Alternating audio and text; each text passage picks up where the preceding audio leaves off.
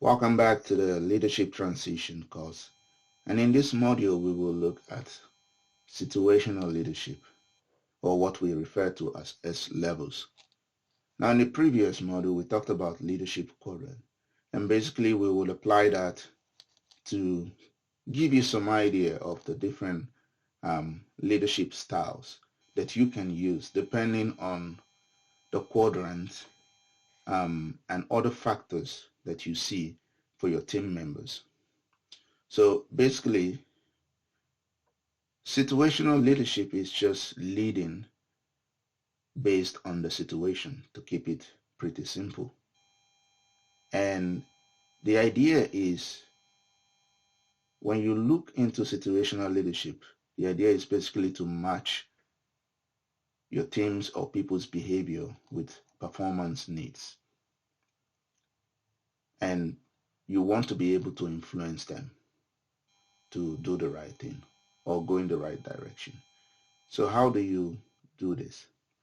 So it simply means, first you have to understand what quadrants or style of leading falls in which part of the quadrant, and what that means for you to be able to apply that later. So there are 4 main leadership styles based on the leadership quadrant. And this is when you consider behavior in one sense, that is how you direct behavior and how you support behavior. And you can have styles that the directing is high and the supporting is low. In that sense, you are in the quadrant called S1, which is actually directing.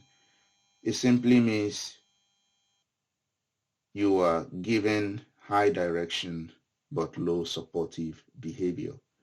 So as a leader, if this is what you're doing, it can be useful depending on also where your team members are. But sometimes you might be applying the wrong leadership style to another team member. And in a situation where there are members who may not need to be fully directed, all they need is more support, and also more directing rather. So there are members who need to not only be directed but also supported fully. So in that sense, you have a coaching style. And there are people where they actually need more support, but they don't necessarily need to be directed that much. They know what they're doing. They just need you to support them in certain things. And in that case, you will be a supporting leader, or using a leadership style called supporting, which is the S3. And the coaching leadership style is the S2. And then there is the 4th one called delegating, in which case this team member or person actually only needs very limited support or no support, and doesn't need much directing because they are the expert or they know what they're doing. This could be people in the high-ranking part of your team, like your architects or a senior person who helps in making decisions. And so depending on where your people fall, their readiness level, you can choose a particular style of leading, which means you check, what kind of behavior do I have to apply here? Does this person need to be more directed, or does that person need more support or less support? And you have to first check how ready they are first. And this has to do with some level of competency.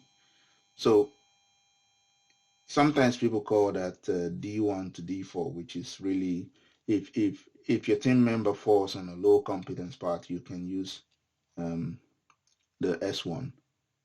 And as they go to some increment in their level of competence, then you go to maybe coaching. That means supporting but not really highly engaged in directing. And then to D3 if that person is moderately to highly competent and committed, then you can use the supportive mode. But once they are highly competent and highly committed, then you're using the delegating because you trust them a lot. So you can also compare the Dix model we talked about in terms of personality. So where you can use a dominant leadership style, you lead with a lot of directedness, or you can use an influencing style where you lead through inspiration, or a supportive one where you lead through with support. There's collaboration and support from the leader. Or you can use a leadership style that is focused on problem solving and decision making, which is more being cautious. And in each of these, you should be able to look at what really makes up this thing. So if you're more in the directing style, which is S1, you have to be able to help define roles and make sure the roles and tasks are clear.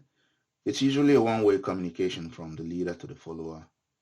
Hardly seeks any input, or explanation. So you just tell your team member, you guide them, you tell them what to do. I need you to do this. You can do it this way. And that's because maybe they're still new in the job and they need some good level of direction as well as less support to do that. You just need to instruct them actually to do things the way you want. And in growing, that means you make decisions for them and they follow and you closely supervise them. But as they grow in competence and commitment in their roles, then you still go to coaching level for some of them, in which you still define roles. Then it starts becoming a two-way communication. You can then seek input from them, and you can make a lot of decisions, but you also explain to them, because this time they are more aware, more committed, they want to become better, and you can still supervise them and support their progress. In supporting mode, it's more collaborative. So both of you define roles and tasks in a way that complements each other. And it's a two-way communication. You solicit inputs from both sides and share thoughts and opinion, and you collaborate and facilitate support. In the delegating, actually your team member, the follower, really defines or helps you a lot to define the role because they understand it better and they can give you better guidance. And it's also a two-way communication. Takes less of your time as a leader, and also you can allow those kind of people to make decisions, which gives them a lot of, how do you say it, trust, and they can trust you back. And you don't necessarily need to monitor them. And that is the reason why you delegated this. So having all this in mind as a leader and knowing where you yourself fall in certain topics and where your follower people fall, that can help you a lot determine what style of leadership to follow. So we've explained what situational leadership means in this video, in this module. And we've also explained the different types of leadership styles, depending on the commitment and competencies of your team member as well as yourself. Thank you.